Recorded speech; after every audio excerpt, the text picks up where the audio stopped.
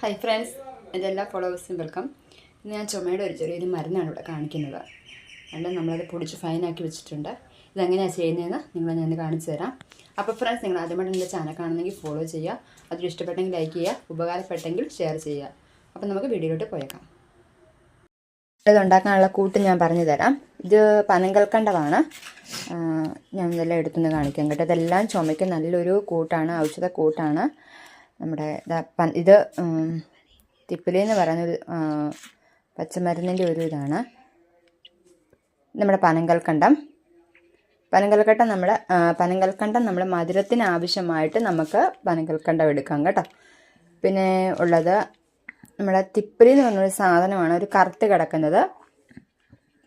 അതും നമുക്ക് ചുമ വരുമ്പോൾ അത് പൊടിച്ച് ഇതുപോലെ കഴിക്കുന്നത് നല്ലതാണ് കേട്ടോ. അതാണ് തിപ്പലി, നീളമുള്ളൊരു സാധനമാണ്. ഞാനിത് ആദ്യമായിട്ടാണ് കാണുന്നത് കേട്ടോ. അമ്മ പൊടിക്കുന്നത് കണ്ടപ്പോഴാണ് ഞാൻ ചോദിച്ചത് എന്നാ ആർക്കെങ്കിലും ഉപകാരപ്പെടുവാണെങ്കിൽ ആകട്ടെ എന്നപ്പോൾ തന്നെ വീഡിയോ ഒന്ന് എടുത്തു. പിന്നെ നമ്മുടെ കുരുമുളക് ആവശ്യത്തിന് മാത്രം. എരിവ് നമുക്ക് അതനുസരിച്ച് നമ്മൾ ചേർക്കാവുള്ളൂ കേട്ടോ. കുഞ്ഞുങ്ങൾക്കൊക്കെ കൊടുക്കുന്നതാണെങ്കിൽ എരിവ് അതനുസരിച്ച് നോക്കിയേ ചെയ്യാവുള്ളൂ. 1 2 അത്രയൊക്കെ മതി കേട്ടോ, അല്ലേ നല്ല എരിവാകും. പിന്നെ നമുക്ക് മിക്സിയുടെ ജാറിനകത്തിട്ടിട്ട് നല്ലപോലെ ഒന്ന് പൊടിച്ചെടുക്കുക ഇതെല്ലാം കൂടെ. മിക്സിയുടെ ജാറിനകത്തിട്ടിട്ടുണ്ട്.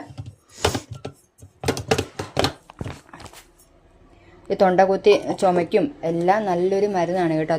ഭയങ്കരമായിട്ട് തൊണ്ടകുത്തി ചുമയ്ക്കുന്നതിനും രാവിലെയും വൈകിട്ടും ജസ്റ്റ് കുറച്ചൊന്ന് എടുത്ത് കഴിച്ചാൽ മതി കേട്ടോ. നല്ല വ്യത്യാസം ഉണ്ടാകും. നിങ്ങളൊന്ന് ട്രൈ ചെയ്ത് നോക്കുക.